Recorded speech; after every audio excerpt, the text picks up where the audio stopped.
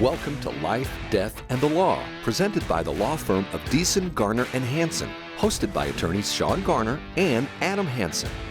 Welcome to another episode of Life, Death, and the Law. I'm Shawn Garner, an attorney with Deason, Garner, and Hansen. I'm in studio with Cody Beeson, who is running the boards, attorney Thomas Sparks, who is finishing up his stint at the Marine Corps and going to be our latest addition to Deason, Garner, and Hansen. Welcome, Mr. Sparks. Thank you. Glad to be here. We have attorney Adam Hansen here, and we also have a guest speaker, Susan Sorensen.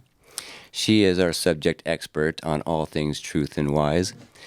And so we are going to be talking a bit about what's going on, how some people, like Bill Maher, who represent pretty much left-wing ideology, but I think it's more of a traditional democratic ideals. And he explains some of the hypocrisy that's going on with the woke movement and traditional democratic concepts and principles. So I'm going to play a video that I'm stealing from. This is a great commentator. Her name is Amala Ekpunabi, and she's on the Daily Wire. She's fantastic. If you want to follow her, again, her name is. If you just look up Amala, she's great. She compiled some monologue that Bill Maher did, talking about what's going on and how he points out some of this woke hypocrisy. So let's play that. Child stars who were actually involved in the filming of these scenes. That's got to be a trauma that I wouldn't wish on anyone. So I don't know if this documentary is the talk of your town, but it is out here because it didn't just expose a dangerous workplace. It also exposed hypocrisy. Because it must be pointed out that when the evil governor of Florida was saying the exact same thing about kids and creepy stuff at Disney that liberals now find intolerable at Nickelodeon, he was dismissed as a hick and a bigot. But why would a kids' content factory like Disney be all that different than the one at Nickelodeon? A 2014 CNN report discovered that at least 35 Disney employees had been arrested for sex crimes against children, and in 2021, Disney child star Allison Stoner confessed she only narrowly survived the toddler-to-train wreck pipeline. And I'll pause there. Allison Stoner has an amazing series where she details the toddler to train wreck pipeline and talks about this idea of how child stars are set up for failure in adulthood just based on what they experience as child stars. I do recommend you listen to that at length because she experienced it herself. You'll recognize Allison Stoner from her dance moves and, camp rock. We all grew up with her face. The next year, child star Cole Sprouse told the New York Times that young actresses at the Disney Channel were heavily sexualized from an early age. Willie Sutton said he robbed banks because that's where the money is. And the reason we find pedophiles in the Boy Scouts and the Rectory and kids' TV is that's where the kids are. DeSantis wasn't wrong. But we're so tribal now, the left will overlook child if the guy from the wrong party calls it out. Britney Spears got her started, and she's perfectly fine. Fault of places like Disney and Nickelodeon. Sure, Nickelodeon messed up Amanda Bynes, but the Mickey Mouse Club was where Britney Spears got her started, and she's perfectly fine.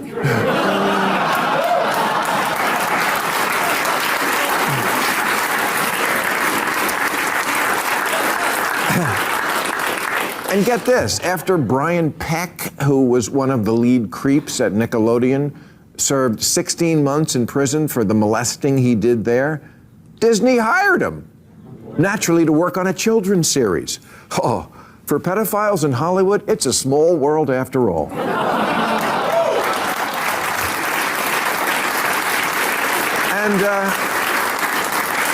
And not just Hollywood. There are Instagram moms these days who are practically only fansing their itty-bitty beauty queen daughters by having them wear skimpy bikinis and eat bananas to build social media stardom. They're called sharenters. a hybrid of sharing and parent. It is amazing to hear all of this be said in one video on such a popular show on TV. We have been saying this for so long, screaming this from the rooftops, that children are being preyed upon on the internet, on TV, in these different industries, in school, in daycare, through television shows they're being indoctrinated. And Bill Maher is finally catching up. You know, a lot of people are going to be upset at him and saying, Bill Maher, this is way too little, too late. We've been telling you this. And you can feel that in a sense, because if you've watched this channel, you know we've been talking about these things. But I'm just happy that it is getting airtime and people get to hear this, and it is being distilled down in a way that people can digest it and understand the true nature of the problem. I will take a W where the W lies, and this is one of them. I call them pimps, a hybrid of pimp and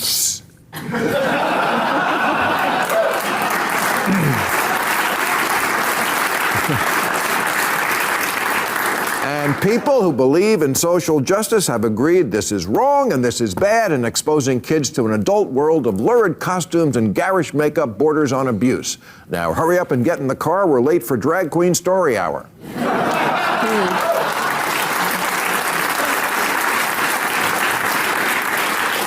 Not that there's anything wrong with being a drag queen, but maybe it's time to admit that sometimes Drag Queen Story Hour is more for the queen than the kids.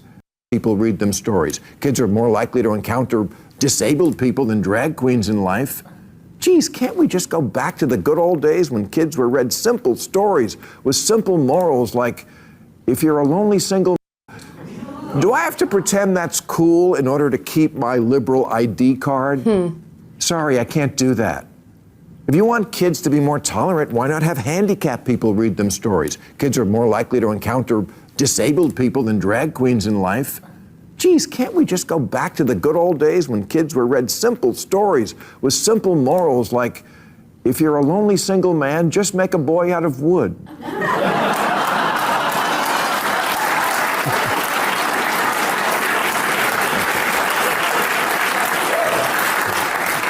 I've said it before, wokeness is not an extension of liberalism anymore. It's more often taking something so far that it becomes the opposite. Teaching kids not to hate or judge those who are different, great. Proud we got there, all for that. But at a certain point, inclusion becomes promotion. And contrary to current progressive dogma, children aren't miniature adults wise beyond their years, they're morons.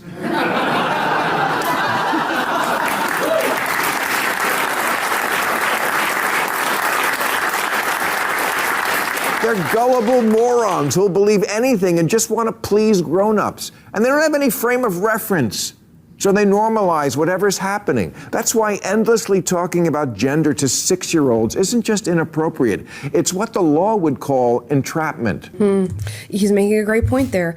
When we talk about these words that sound really great, like inclusion and acceptance, yeah, they sound great, but inclusion and acceptance of what? You can be so open-minded that your brain falls out, as we all know. And when you allow for anything and everything and all types of identities and say that kids must learn about anything and everything and all types of identities at these young ages, you are leading them down a path of indoctrination and down a path of acceptance of things and a normalization of things that should not be normalized for the child mind. Which means enticing people into doing something they wouldn't Maher's point. So maybe it shouldn't be drag queens and pedophiles and sexual imagery in their TV shows. Maybe.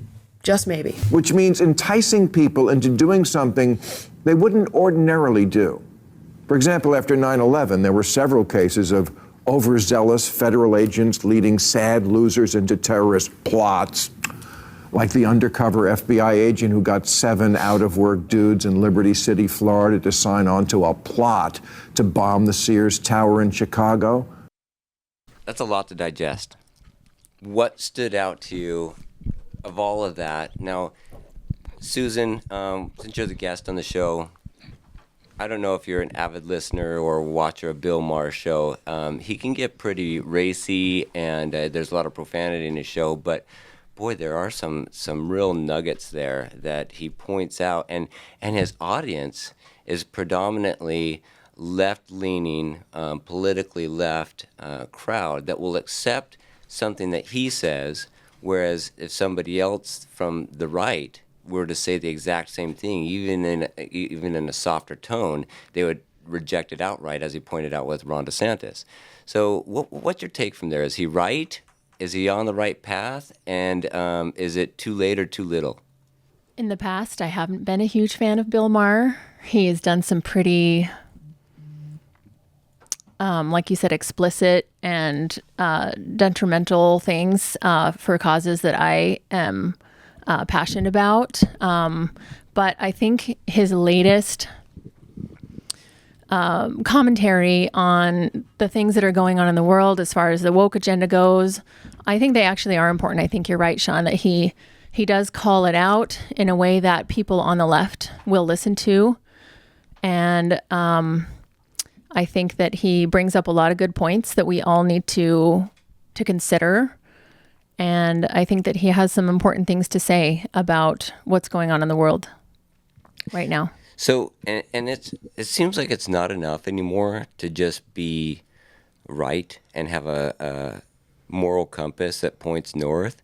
It's important to have people around the spectrum, especially in the entertainment industry, like it or not, they have a huge influence on what people think and how they vote.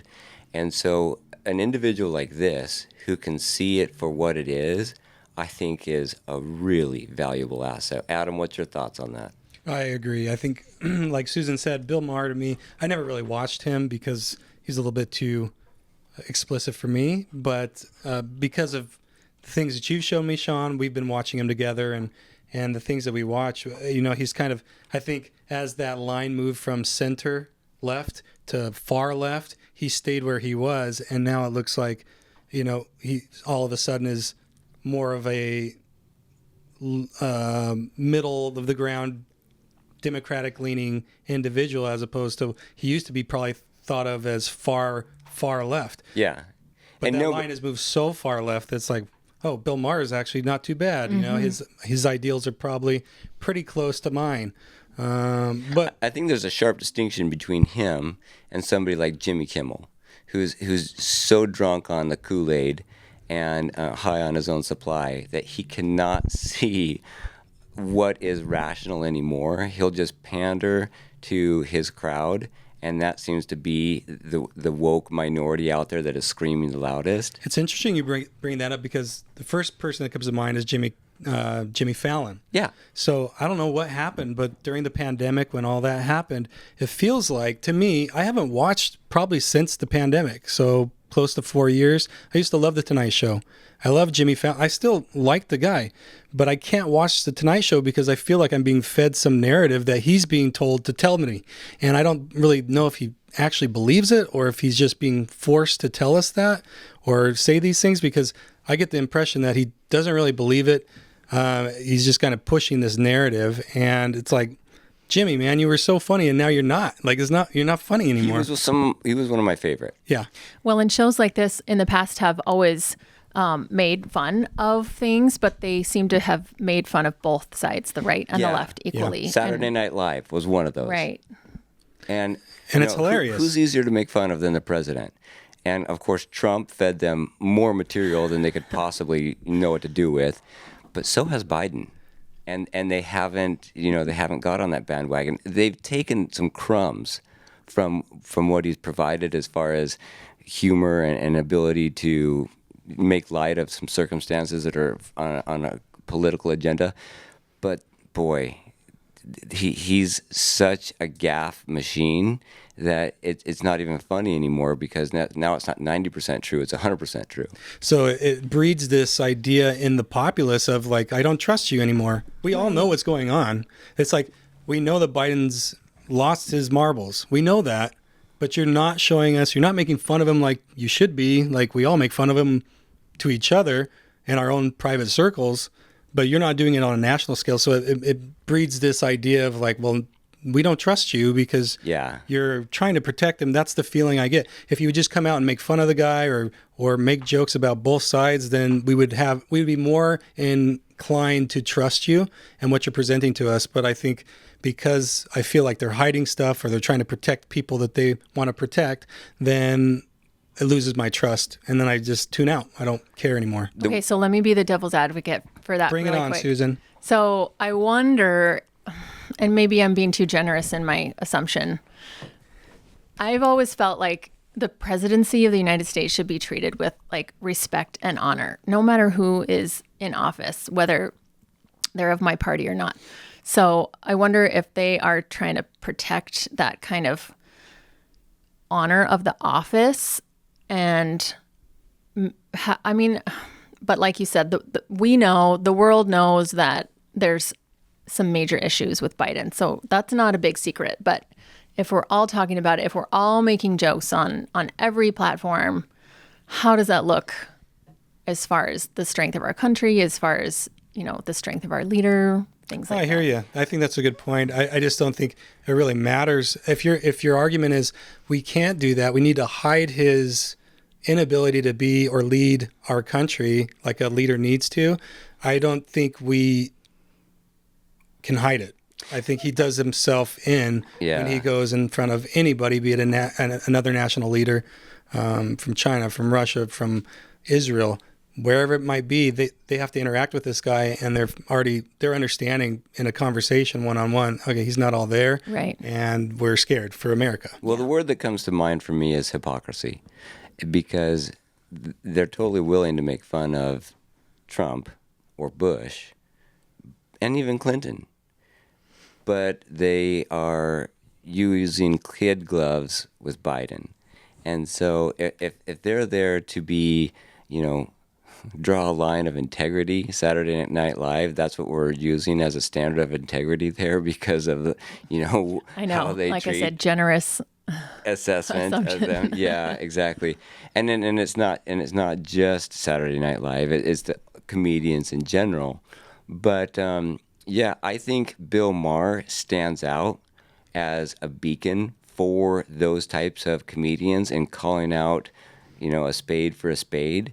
And he still will come out and he'll say, despite this, I'm still going to vote for Biden. And I'm totally okay with that. Well, I think he's a little bit off his rocker for it. Other people disagree with me, but I'm okay with it in the sense that he'll say what needs to be said, and then he'll say, I'm still going to vote for this guy because I think he's better than the alternative.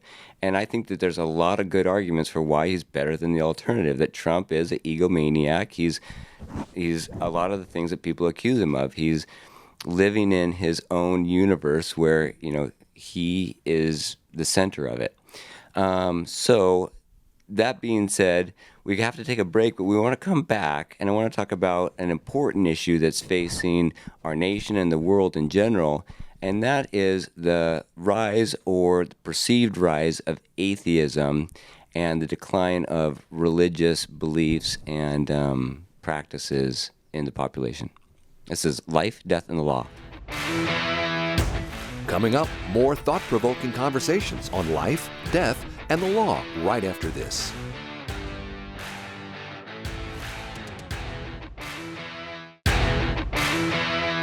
You're listening to Life, Death, and the Law, presented by Deason, Garner, and Hansen, the law firm that has been voted Yuma's best 6 years in a row.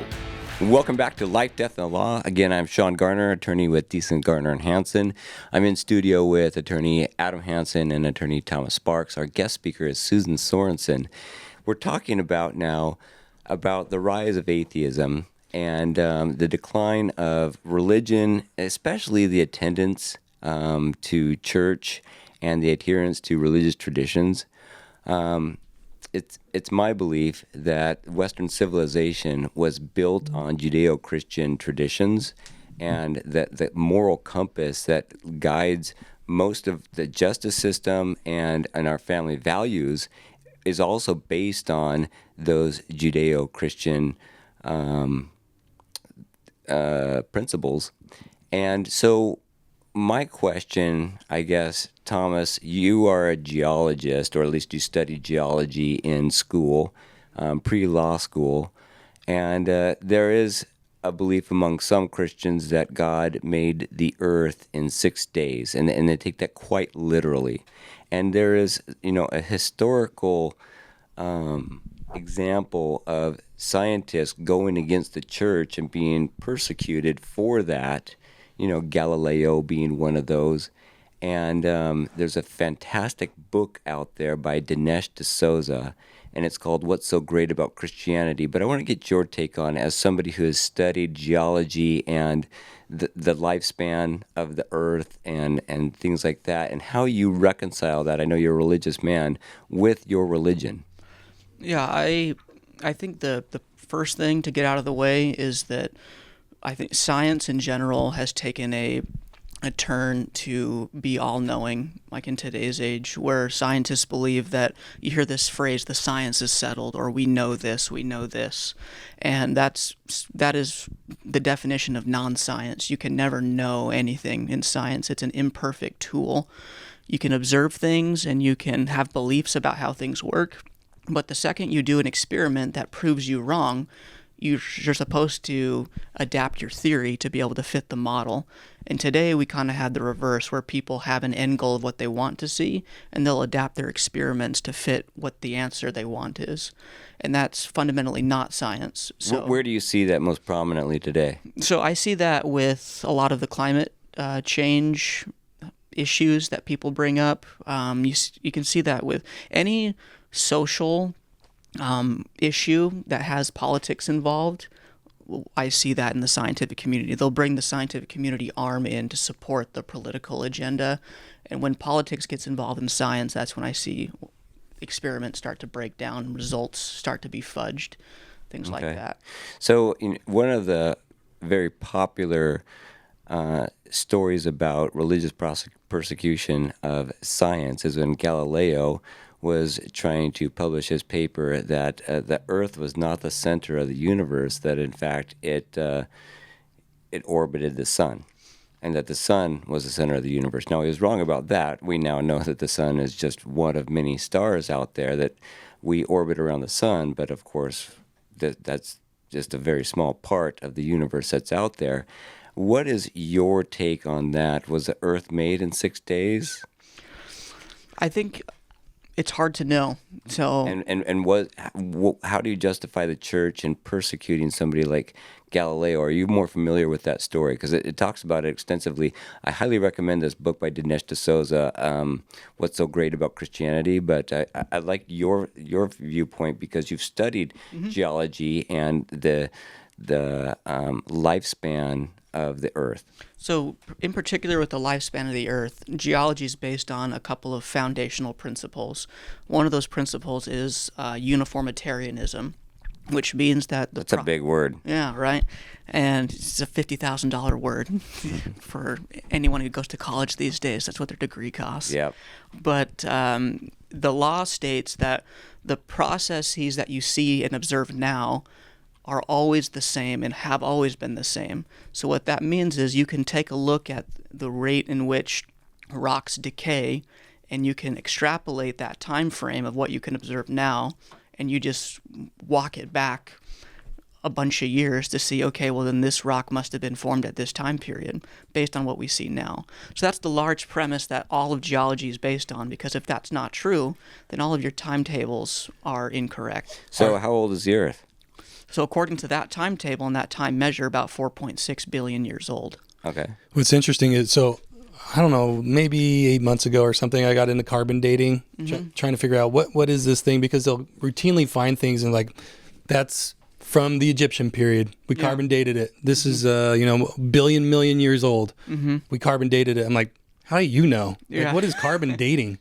And my understanding, and you probably know this pretty well, is that they pick a number or a point in time, and then that carbon, as it's decayed over time, they're using that as their marker. But nobody knows if that point in time is the actual point in time. They're using kind of like circumstantial evidence to hone in, okay, let's start our date here, and then we're going to do the decay from this. So when I was looking over it, and I came to the conclusion, like, carbon dating is not very accurate at all. It's really based on a conclusion, like you said, well, we've determined this is it. You know, this is the time that we're going to start, so we need to do the decaying from this period. What if that period's wrong? Nobody knows if it's wrong or not. Well, I'm going to step into his defense for a little bit. I think that he explained it up front that science we use and experiments and theories as tools for measurements. For example, the law of gravity, Newton's law of gravity, we found later on with Einstein and the rule of time and space relativity, that Newton's law of gravity was not accurate. However, it did serve a good purpose, and it was a good tool for a very long time. And so just because it's not perfect, I don't think we discredit it and throw the baby out with the bathwater.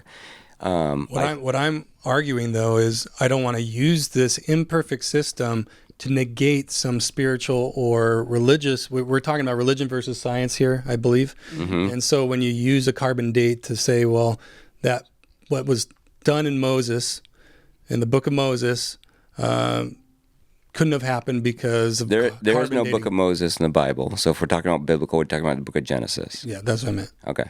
Sorry. During Moses' time. Uh-huh. But what I'm saying is to use carbon dating to negate biblical events, I don't put a lot of credence in that. Yeah, and I don't think. So do you think the Earth was created in 6 days, like No. 24-hour periods? No. Okay, so that's the question. Yeah. How do you reconcile your belief in the Bible with science? Susan, let's give you a shot. Sure, I'd love to jump in. I have some degrees in biology, and I've always heard been taught in my classes, and I agree with this, that the only true thing about science is that it always is changing, right? Mm-hmm.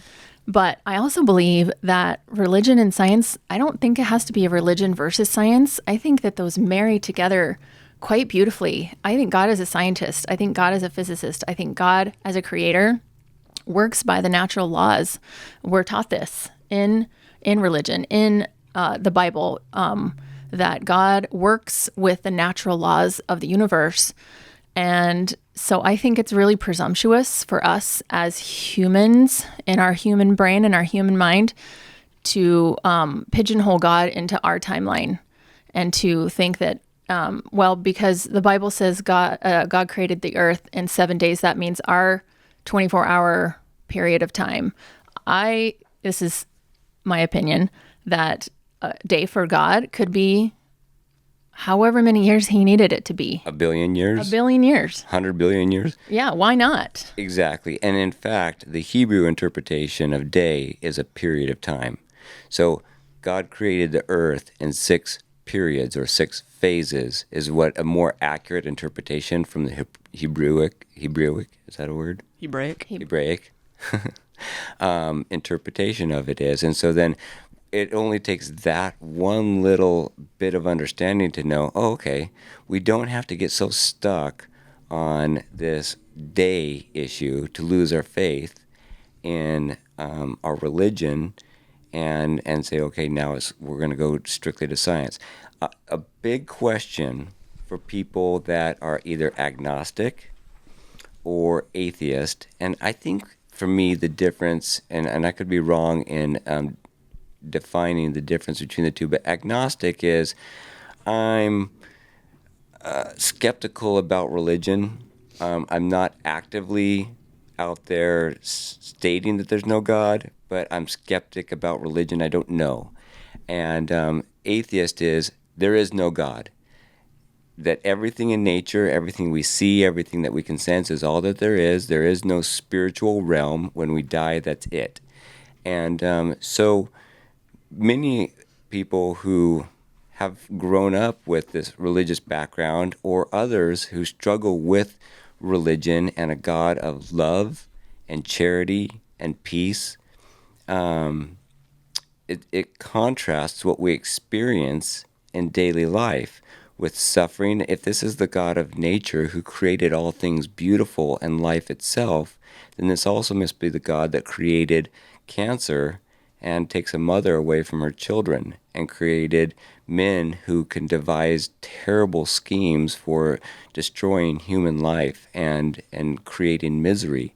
So how do you reconcile those concepts? How does God, who is good and is of love, allow misery to be all around us and in fact allow us to wade through it. And Susan, I'd like you to weigh in on that first. Wow, that's a really deep question, and a question that's like the question of the ages, right? But it's a question that makes or breaks a person's faith or turn Right. to atheism or what. It's a common question. You know, you and I, Shawn, we spent some time out of the country as missionaries for our church, and this is a common question we would run into. If there is a God, why does he let bad things happen to good people? Why is there such suffering? And obviously there's no God. Because Especially to people who are good people attempting to follow all the commandments of God. Prophets. Prophets historically have suffered the most persecution. So Right. why? I don't. Well, I guess the short Susan, answer is tell us the answer, Susan. Yeah, You know it. I Come wish on. I knew. I don't know, but I do believe in a loving God. And as I see the turmoil in the world around me, this is a question that my dad and I have talked about a lot, and he has had some difficulty kind of reconciling that with a world that is rough and is cruel and is all the bad things that we see. But I believe in a God that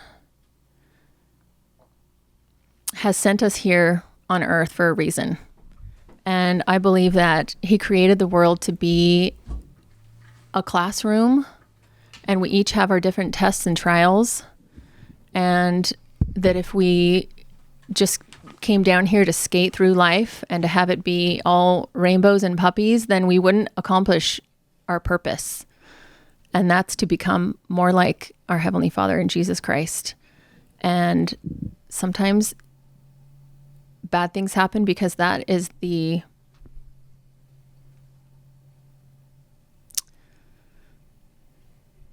what's the word I'm looking for? Help me out, guys. Humbling. Yeah, but that's just the nature of life. That's the nature of being It's a necessity for growth. right. And sometimes even the really horrible, hard things that you see going on in the world these days are hard to reconcile with a loving God. But I also think that we think that when we think that way, we're thinking only in terms of this life.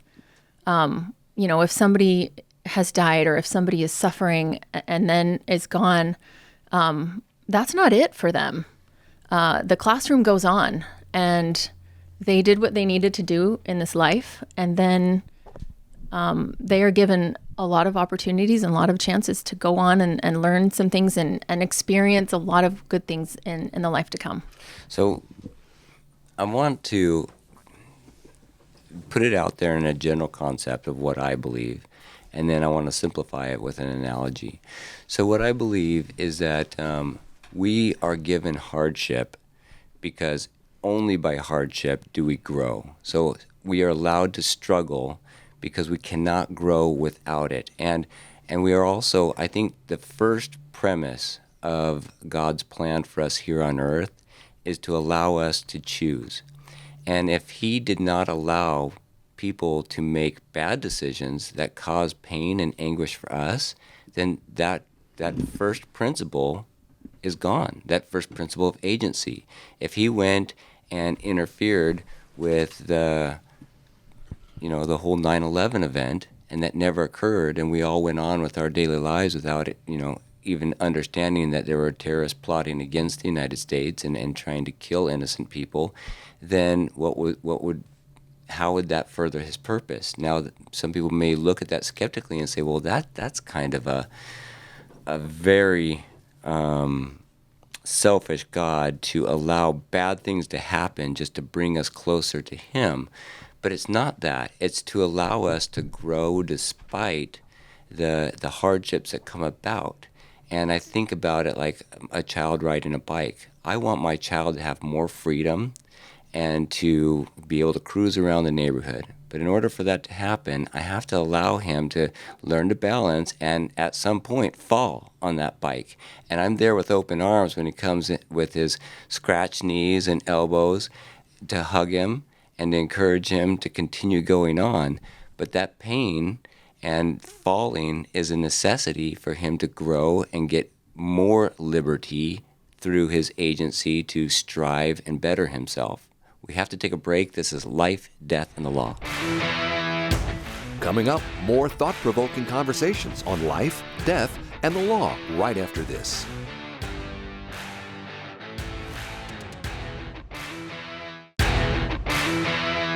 You're listening to Life, Death, and the Law, presented by Susan Garner and Hansen, the law firm that has been voted Yuma's best 6 years in a row. Welcome back to Life, Death, and Law. I'm attorney Adam Hansen. We're in the studio today with the whole gang. We got Shawn Garner, we got Cody Beeson, Tom Sparks, Major Tom Sparks. Captain. I always call you Major. Soon you'll be General. Yeah. General Sparks. And we've got our special guest, Susan Sorensen. She's a good friend of ours.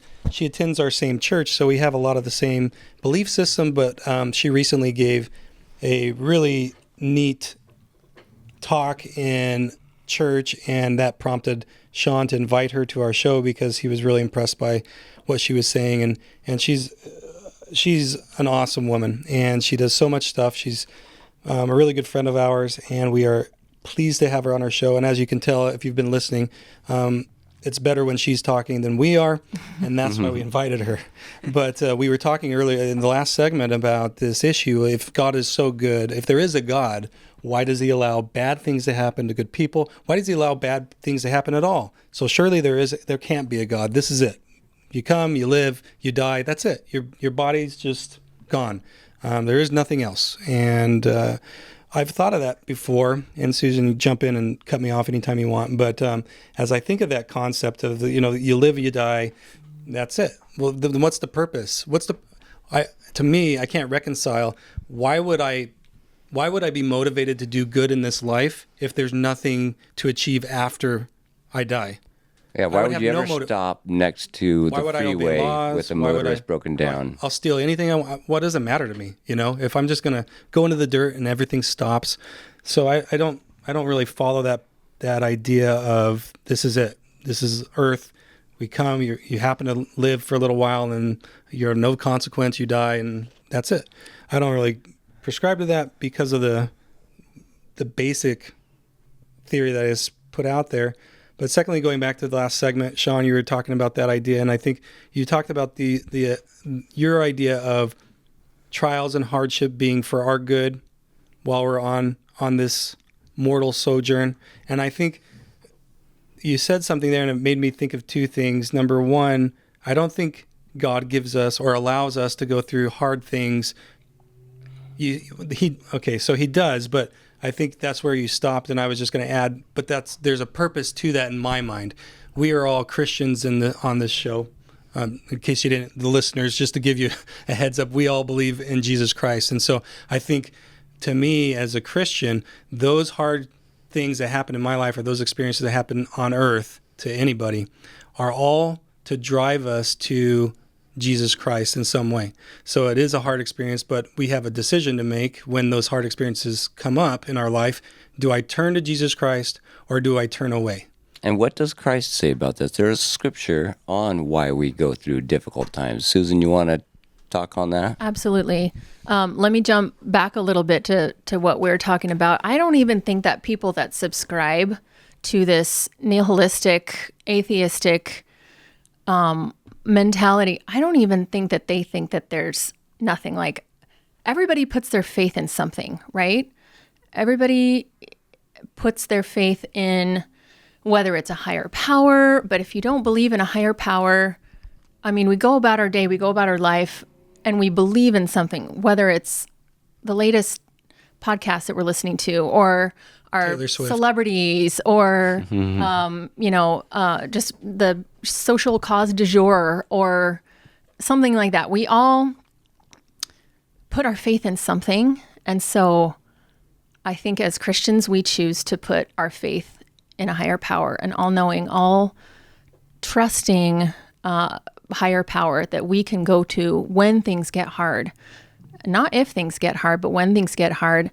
And I think that when things get hard in our lives, we can turn to God and realize that what we're experiencing will give us experiences with God. When we have our hard times, when we have our trials, when we are thrown into the pit of despair and the billowing surges conspire against us and fierce winds become our enemies and the heavens gather blackness and all the elements combine to hedge up the way, and above all, if the very jaws of hell shall gape open the mouth wide after thee.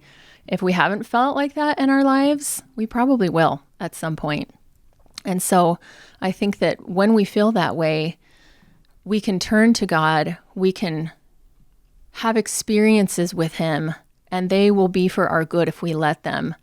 And there's a saying that I really love from a talk that I had listened to by Hank Smith that says, a person with an experience is never at the mercy of a person with an opinion. And so as we gather these experiences with God through our hardships, through our trials, we're experiencing his love, his patience, his mercy, his atonement, his character. All these experiences are fortifying us against all the opinions that are being thrown at us every day from every corner of anything. And I love that concept that when we gather these experiences with God, usually through trials, usually through burdens, usually through hardship, that we will have those personal experiences with God and we will never be at the mercy of somebody with an opinion versus our experience. I know everybody wants to chime in here, and I'm going to try to insert one thing real quick. I love relating things back to sports, whether it's affirmative action or whether it's, DEI, right? Diversity, equity, inclusion. Because sports seems to get it right. You play the best person with the best experience, it's going to be the best benefit for the team. And we see that we don't see this outrage of discrimination for the disparity of races on football teams and the disparity of races on hockey teams or baseball teams or anything like that. We all, I think, pretty much embrace the idea that the coach is out there to pick the best player to make the team successful. And I think that's the same thing with God. What he wants to do is he wants to give us the experiences that we need to become successful. And in sports also, give me a moment. I just lost my train of thought. Michael Scott. Yeah. Sometimes I start a sentence, I don't quite know where it's going. I find myself along the way. Dude, it was good too. Okay, while you're thinking of that, I have a sports analogy for you. Okay, so I've heard, and I'm going to botch it, I'm sure, but this is something that I have heard on a podcast that I love to listen to. Okay, I remembered it. Okay, go. But You don't listen to our go ahead. podcast. I'll go but- after you. Okay, all right. A lot of analogies No, too. it was this podcast. Just kidding. Okay. All right. So going back to sports, we just ended the March Madness, with the NCAA finals, with basketball, and the heartbreak, the people that go through the heartbreak are the teams that lose. Now, those players on those teams, what do they get to do when they lose? They go home, they can eat ice cream, they can play video games, they can relax. The teams that win, they get to continue to eat a very strict diet, go to sleep on time, wake up, practice, and then go through a very arduous game that the whole nation is watching them and judging them, and they thrive and they aspire to get that done. They want that hardship. And what do they do to prepare for that? They lift weights. They put themselves in a position of opposition. Weights are heavy, so they lift them to create stronger muscles. They run hard to expand their lung capacity. So they purposely put themselves through difficulties because they understand that it's going to make them a better athlete. God understands that difficulties makes us better people and more like him. And so he allows those difficulties to come. And if we could accept it that way, then we could understand the more that we confront those difficulties and overcome them, the more we're like that championship team, not getting sent home because of a loss, but going to the next game and continuing to fight hard to win. I want to hear Susan's analogy. Okay, I'll keep it really Probably short. better. It goes something like this. As far as us coming to Earth and experiencing hard things. No, that was really good. I like that. I've heard it explained. We all have kids in sports, right? We all have put our kids in sports programs, and when they're playing a game, we are on the sidelines, right? We don't get to go in and play the game for them. So your daughter's playing basketball and she rolls her ankle. Did you, as the father or the parent or the mother standing on the sidelines, did you cause her to roll her ankle, or did it just happen as part of playing the game? Or she misses a shot and the team is upset with her. Did you, as a parent, did you cause her to miss that shot? Or is that just part of playing a game? And I think that's a lot like life, like I'm not sure if Heavenly Father causes these hardships to happen. Maybe he does, maybe he doesn't. I don't know. I don't pretend to have the answer to that. But I think that I see him more as a parent who is letting us play this game, and he is right there with us, cheering us on. But sometimes we roll our ankle, and sometimes we make a bad shot, and that's just part of the game. And that's how we get better. That's how we learn. That's how we get back to him, is Playing the game playing and the moving game. forward. Right. I love that. I think that a key piece to making that plan work, though, is what we believe as Christians is Jesus Christ being the Savior. Because if no one came to save us, to be able to help us to change and to change our character and our nature, all of your trials, I think, would be wasted. So you would go and get cancer, or you would go roll an ankle, or get sick, have a loved one die, and it wouldn't really be for much because you have no way of improving yourself. Because it's my belief, like from what I've studied as in religion, that we don't have much ability to change ourselves. You might be able to grit yourself through a few things in life, but if we're talking about fundamental change on the order of being prepared to go into heaven, that's going to take a godly hand in your life. And because Jesus was able to descend below all things, that he can then pull you up and not waste a trial. Otherwise, I think maybe if you don't believe that you have a Savior, maybe you are just wasting your time, like with your trials. And I think that's the ultimate example as well. And that's why so many Christian athletes wear the John 3:16, under their eyes. Tim Tebow was one of those that really put that out there. And then a lot of others do that. And it's because that verse says, "For God so loved the world that he gave his only begotten Son, that whosoever believeth in him shall never die but have eternal life." And that is it, that God loved the world so much that even though we might suffer, Christ suffered more as a God so that he could understand our suffering and then give us divine strength through that understanding and his power as a God. And I used to see grace as a kind of a passive word, as kind of a weak word.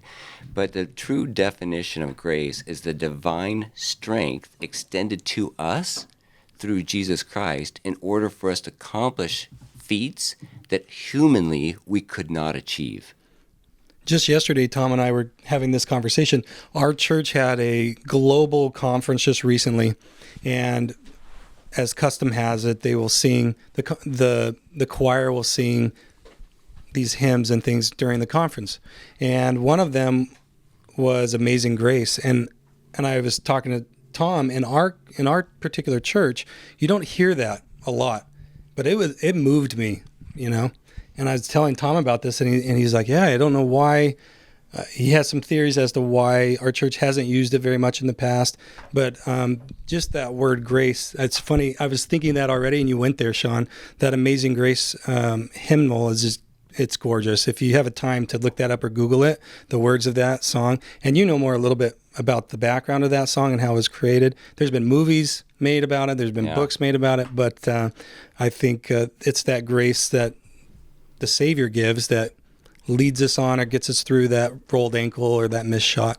Yeah. Life. And Tom, I love how you brought that point up, that we do go through our trials and burdens, and maybe we will try to do it by ourselves, but it is ultimately through the power of Jesus Christ that we get through them. And we've all heard that phrase, God won't give you anything that you can't handle. Have you guys heard of that? And I used to like really take that to heart, like, oh, he won't give me anything that I can't handle. And then I had a darling friend whose husband was a chaplain in the military, and she had gone through some really serious brain cancer and had some tumors removed. And we were having a conversation about this one day, and I said, yeah, well, God won't give you anything that you can't handle. And she said, well, yeah, he does all the time. Why do you think we have to turn to him? Like, we can't handle anything. We can't handle a lot of things. I like that. Interesting. And she really put that into perspective for me. Like, I can't handle it. That's why I have to turn to God and Jesus Christ, because they can. You can. Yeah, it's by design that you can't handle it. Yeah. And by not handling it, we then open up the opportunity for God to bring in power beyond our own. And I think the greatest suffering is the mental suffering, and God alleviating that, while we as divine beings going through this mortal experience have an alleviation of that mental suffering and understand that greater perspective. That's what makes religion what it is, and atheism void in anything that can be meaningful in this life. That's all the time that we have for today. This is Life, Death, and the Law. If you have questions or want to know more about something that was discussed today, please call the law firm of Hansen, Garner, and Hansen at 928-783-4575 or visit yumaestateplanning.com.